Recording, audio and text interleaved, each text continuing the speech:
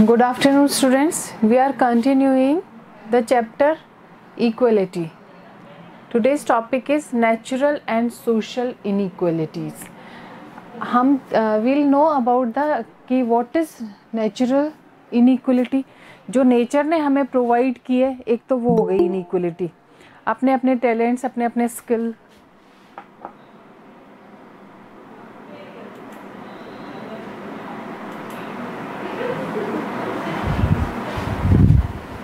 ठीक है। नेचुरल जो नेचर से मिली हुई है, जैसे हर इंडिविजुअल में अलग टैलेंट होता है, अलग स्किल होती है, वो नेचर से प्रोवाइडेड है।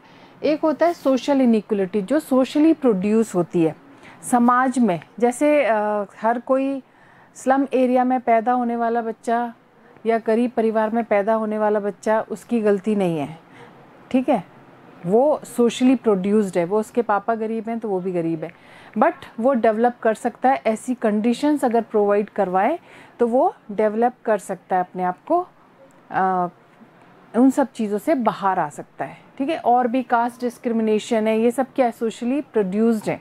नेचर ने तो बनाया नहीं कि लोअर कास्ट के लिए अलग कोई सिंबल है या अपर क्लास के लिए। सब अपने अपने स्किल और अपने अपने टैलेंट के बेसिस पे एक्वायर करते हैं जो कुछ भी वो डिज़र्व करते हैं, ठीक है। पर हम इनइक्वलिटी जैसी बात करते हैं तो हम ये कहते हैं कि सबको एक जैसा ही कंसीडर किया। इक्वलिटी का मतलब है कि सबको एक जैसा कंसीडर किया जाना चाहिए, बट ये पॉसिबल नहीं है। हर इंडिविजुअल का अपना टैलेंट है, हर इंडिविजुअल की अपनी क्वालिटी है, कैपेबिलिटीज़ है, उसके बेसिस पे वो जो चीज़ें अचीव करता है वो करता है। काम क्या है, इक्वलिटी, जैसे कॉन्स्टिट्यूशन में इक्वलिटी बहुत करके कहा है, तो हम सिर्फ प्रोटेक्ट कर सकते हैं, हम सेफ गार्ड कर सकते हैं, बट टैलेंट डेवलप नहीं कर सकते, स्किल डेवलप नहीं कर सकते। स्किल कंडीशंस प्रोवाइड कर सकते हैं कि जो उसमें है, जो चीज़ें हैं वो ऐसी कंडीशंस में आ जाए कि जो उसकी इनर हिडन टैलेंट है वो डेवलप हो जाए। तो कुछ चीज़ें नेचर, हम ये इसको बहुत ब्रॉडली पढ़ लेंगे कि distinction has sometimes been made in political theory between natural inequality and socially produced inequalities. ये जो डिफरेंसेस हैं, कई बार ये पॉलिटिकल थियोरिस्ट ने इनइक्वलिटीज़ को, मतलब इसको डिफाइन किया है तो दो तरीके से, एक तो नेचुरल इनइक्वलिटी, एक socially produced inequality. Natural inequality are those that emerge between people as a result of their different capabilities and talent. अब नेचुरल इनइक्वलिटीज़ में क्या आता है कि लोग जो अपनी कैपेबिलिटी के बेसिस पे, अपने टैलेंट के बेसिस पे जो भी चीज़ें एक्वायर करते हैं वो नेचर से ही मिला हुआ है उनको, ठीक है। अब्दुल कलाम देख लो, नरेंद्र मोदी देख लो, कहाँ पे बिलोंग करते थे, आज वो कहाँ पे हैं। ऐसे बहुत सारे एग्जाम्पल्स आपको मिल जाएंगे, पर इन अपने अपनी कैपेबिलिटीज़, अपने अपने टैलेंट के बल पे उन्होंने अपने डिज़ायर्ड गोल को अचीव किया है। These kinds of inequalities are different from socially produced inequality. अब जो नेचुरल जो inequality है वो थोड़ी सी अलग है, socially produced inequality से थोड़ी सी डिफर है ना, which emerge as a consequences of inequality of opportunity or the exploitation of some groups in a society by others. अब अंतर क्या है सोशली प्रोड्यूस इनइक्वलिटी में, क्या है कि जैसे इनइक्वलिटी ऑफ अपॉर्चुनिटी, सबको अपॉर्चुनिटी नहीं अवेल करना, प्रोवाइड नहीं करना, एक्सप्लॉइट करना कुछ ग्रुप्स को सोसाइटी के द्वारा, ये हो गया सोशली प्रोड्यूस्ड इनइक्वलिटी, ठीक है।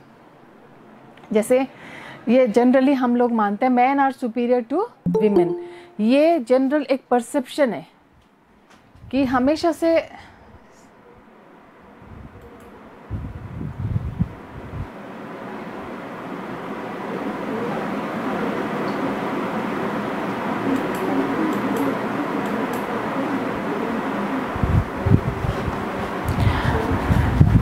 हमेशा से man are superior to women, ये परसेप्शन जनरल परसेप्शन है, it is a natural inequality. ये नेचुरल बायोलॉजिकली देखें तो थोड़ी सी वीमेन वीकर होती हैं than man. You can't do anything about it, अब आप इसमें कुछ नहीं कर सकते, बायोलॉजिकल मैं कह रही हूँ। लेकिन इक्वलिटी ऑफ अपॉर्चुनिटी की बात हम करें तो दोनों को समान रूप से अपॉर्चुनिटी मिलनी चाहिए, ठीक है। जो भगवान ने बनाया थोड़ा सा फिजिकली वीक बनाया है विमेन को, तो वो नेचर से ही है कि वो थोड़ी सी बायोलॉजिकल वीक है रादर देन मैन।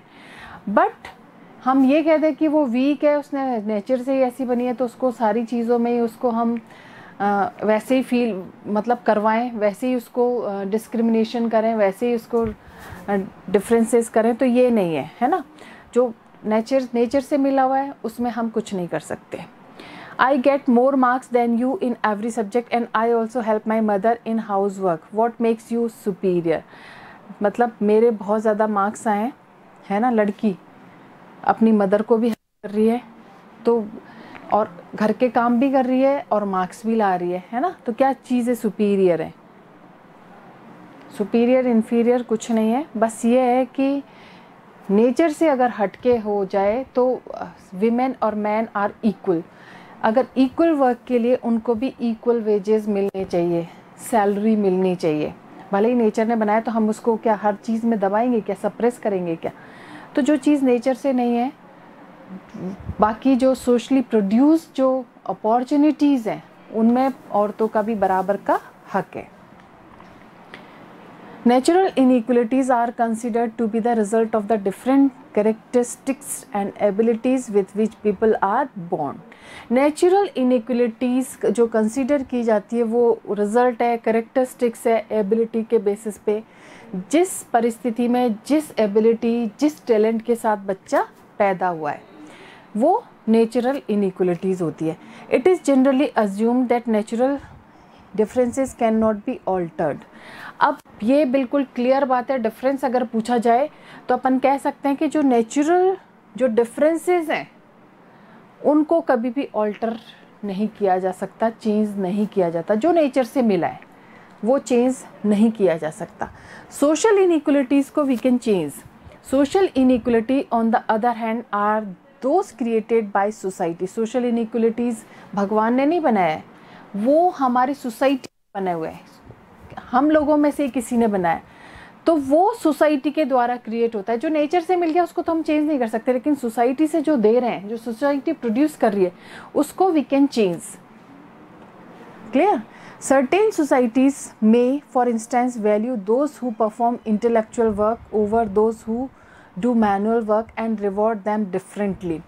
कुछ सर्टेन सोसाइटीज़ होती हैं, हो सकता है एग्जाम्पल ये है कि value those who perform intellectual work, ऐसे लोग जो इंटेलेक्चुअल वर्क कर रहे हैं, दिमाग से काम कर रहे हैं।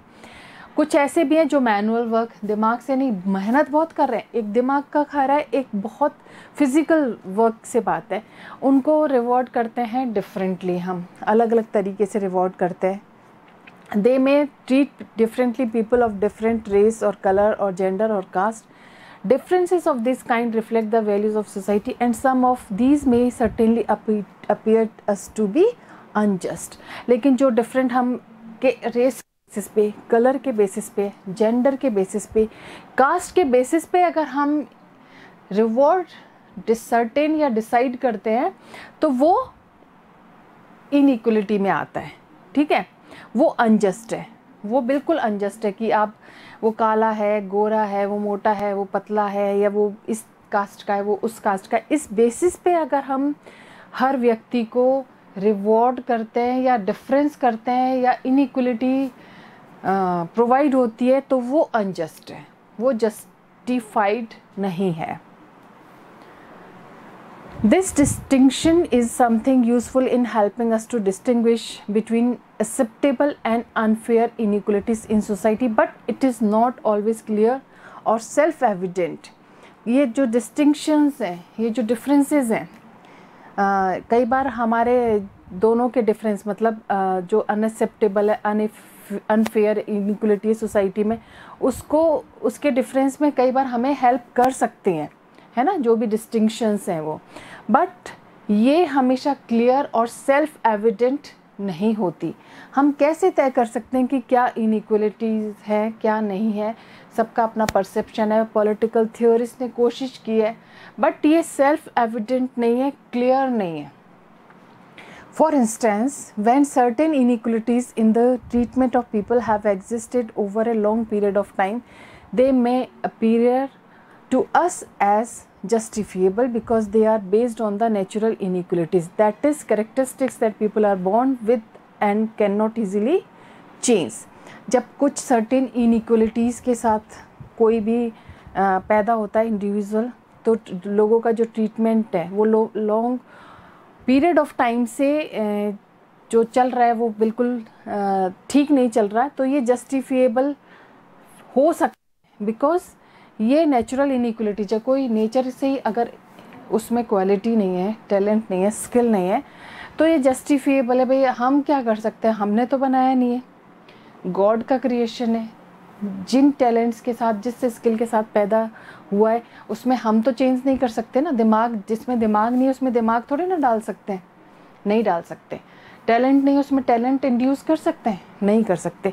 तो ये जस्टिफिएबल है क्योंकि ये नेचुरल इनइक्वलिटी पे बेस्ड है, नेचर से ही उसको ये प्रोवाइडेड है। किसी सोशली ग्रुप ने सोशल प्रोड्यूस्ड इनइक्वलिटीज़ नहीं है। जो कैरेक्टरिस्टिक्स हैं जिसके साथ लोग पैदा होते हैं, मतलब अपनी क्वालिटी के साथ लोग पैदा होते हैं, उनको इजीली चेंज नहीं किया जा सकता जब तक कि वो खुद ना चाहे। तो कुल मिला के ये कि जो नेचर से प्रोवाइडेड इनइक्वलिटीज़ है, दे कांट बी ऑल्टर्ड, उनको चेंज नहीं किया जा सकता, अपन इंड्यूस नहीं कर सकते, वो नेचर से ही मिला हुआ है।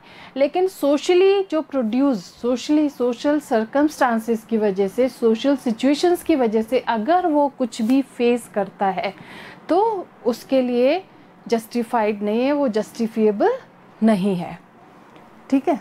For example, women were for long described as the weaker sex. औरतों को वीकर सेक्स ही माना जाता है कि कमज़ोर होती हैं। Consider timid and of lesser intelligence than man. कई बार ये भी माना जाती है कि टिमिड होती हैं, वो थोड़ी सी कायर, डरपोक टाइप की होती हैं, है ना। टिमिड होती है, नहीं होती, ऐसा सबके साथ नहीं है। और लेसर, और जनरली दिमाग क्या होता है, जैसे किसी सब्जेक्ट, पर्टिकुलर सब्जेक्ट को लेके ही देख लो, मैथ्स, लड़कियाँ मैथ्स बिल्कुल नहीं, जबकि मैथ्स ले लेके कितनी तरक्की की है। लेकिन एक परसेप्शन है, तो वो लड़कियों को क्या समझा जाता है, टिमिड समझा जाता है और लेसर इंटेलिजेंट माना जाता है than man. Needing special protection, उनको किसकी ज़रूरत है, स्पेशल प्रोटेक्शन की। Therefore it was felt that denying women equal rights could be justified. तो ये महसूस किया गया कि जो वीमेन इक्वल राइट है वो जस्टिफाइड है। मतलब क्यों टिमिड, क्यों लेसर इंटेलिजेंट माना है, क्यों उनमें ऐसे माना है, तो ये जो इक्वल राइट्स हैं उनको भी सेम प्रोवाइड होने चाहिए। Black people in Africa were considered by their colonial master to be lesser intelligence. जैसे साउथ अफ्रीका में जो अपार्थाइड था, सिस्टम था, उसमें जो ब्लैक पीपल थे उनको जो वाइट पीपल्स थे, जो कॉलोनियल मास्टर्स थे, वो क्या मानते थे कि कम इंटेलिजेंट है, ये हमारे बराबरी के नहीं है, हमारे लेवल के नहीं है। अब आज क्या हो रहा है, जब चीज़ वो सिस्टम ही ख़त्म हो गया, नेल्सन मंडेला, तो आज कहाँ बराबर नहीं है, किस तरीके से बराबर नहीं है, हो रहा है ना। पर ये एक अज्यूम कर लेना, पर खुद ही अपने आप से चीज़ें बना लेना, ये सोशली प्रोड्यूस्ड होता है। जैसे child like and better at manual work, sports and music. जैसे वो कहते कि भाई हम बेसिकली, चलो इसको हटा लो, स्पोर्ट्स की अगर हम बात करें तो ये माना जाता था कि लड़कियों के बस की बात नहीं है स्पोर्ट्स, सिर्फ लड़के खेल सकते हैं बड़े बड़े स्पोर्ट्स। आज आप देखो कि कहीं भी किसी भी फील्ड में देखो, बेसिकली वो वीक हैं, बायोलॉजिकल वीक हैं, फिज़िकली वीक हैं, लेकिन जब अपॉर्चुनिटी उनको प्रोवाइड की गई तो उन्होंने कहाँ अपने आप को प्रूव नहीं किया, सब जगह प्रूव कर रही हैं। तो फिर क्यों, ये सोशली इनइक्वलिटी तो है। हमने उनको ये एक पैरामीटर सेट कर लिए कि स्पोर्ट्स में लड़कियां नहीं, लड़कियां सिर्फ हाउस होल्ड वर्क में, लड़कियां सिर्फ खेल कूद में, डांस में। तो ये हमारा ये एक तरह से कह लो कि ये हमारे खुद के अजम्पशंस हैं जिनको ब्रेक कर रहे हैं अब लड़कियाँ। एनीवेज अपन इस बहस नहीं कर रहे कि लड़के लड़कियाँ कौन बेटर है, हम यहाँ पे सिर्फ इनइक्वलिटीज़ की बात कर रहे हैं। This belief that was used to justify institution like slavery, all these assessment are now questioned. अब जैसे ये विश्वास है जो इंस्टीट्यूशंस है जहाँ पे स्लेवरी चल रही है, ठीक है, all these assessment are now questioned. अब ये जो जितने भी असेसमेंट है उसमें बहुत सारे क्वेश्चंस अराइज हो रहे हैं। They are now seen as distinction made by society as a result of differences of power between people and nations rather than based on their inborn characteristics। देखो ये important point है। They are now seen, अब वो कैसे दिखाई दे रहे हैं, एक distinctions दिखाई दे रहा है, differences दिखाई दे रहे हैं जो कि society के द्वारा बना हुआ है, जो difference of powers का result है लोगों में, nations में, उनके inborn characteristics में। Another problem which arises with the idea of natural differences is that some differences which could be considered natural need no longer be seen as unalterable। जो दूसरी problem है जो अराइज होती है natural differences से, है ना, कुछ डिफरेंसेस ऐसे हैं जो कि नेचुरल कंसीडर किए जाते हैं, नेचर से मिले हैं, no longer be seen as unalterable, उनको ऑल्टरेबल देखा जाता है, unchangeable. For instance advance in medical science and technology have help many disabled people to function effectively in society. अब एग्जाम्पल के रूप में देख सकते हो कि मेडिकल साइंस ने इतनी तरक्की कर ली है, इतनी सारी चीज़ें हो गई हैं, टेक्नोलॉजी इस तरह की एडवांस आ गई है, तो जो डिसेबल्ड पीपल्स हैं अब वो सोसाइटी में इफ़ेक्टिवली वर्क कर रहे हैं। इस टेक्नोलॉजी की वजह से जो भी कमियां हैं उनको दूर करके वो क्या कर रहे हैं, इफ़ेक्टिव वर्क कर रहे हैं। Today computers can help blind people. आज जो ब्लाइंड पीपल्स थे जिन्हें नेचर से वीक समझा जाता था, कंप्यूटर कैन हेल्प, वो कंप्यूटर उन ब्लाइंड पीपल की हेल्प कर रहा है। Wheel chairs and artificial limbs can help in cases of physical disability. Wheel chairs हैं, जो फिज़िकल डिसेबल लोग हैं उनके लिए व्हील चेयर्स हैं, लिम्स बने हुए हैं नकली चीज़ें जोड़ के। Even a persons look can be change with cosmetic surgery. Even अब साइंस और टेक्नोलॉजी ऐसी आ गई कि जो भद्दी दिखती हैं, जैसे आपने बॉलीवुड स्टार्स का देखा होगा कि ये कॉस्मेटिक सर्जरी कराई है, नाक को चेंज करा लिया, लिप्स को चेंज करा लिया, चीक्स चेंज करा लिया, फेशियल स्ट्रक्चर चेंज हो गया। तो ये क्या है, टेक्नोलॉजी की देन है, ठीक है। The famous physicist Stephen Hawkins, आपने देखा होगा स्टीफन हॉकिंस, कभी जानते हो आप स्टीफन हॉकिंस कौन थे? किसी को आइडिया है क्या? रोहित, आपको आइडिया है?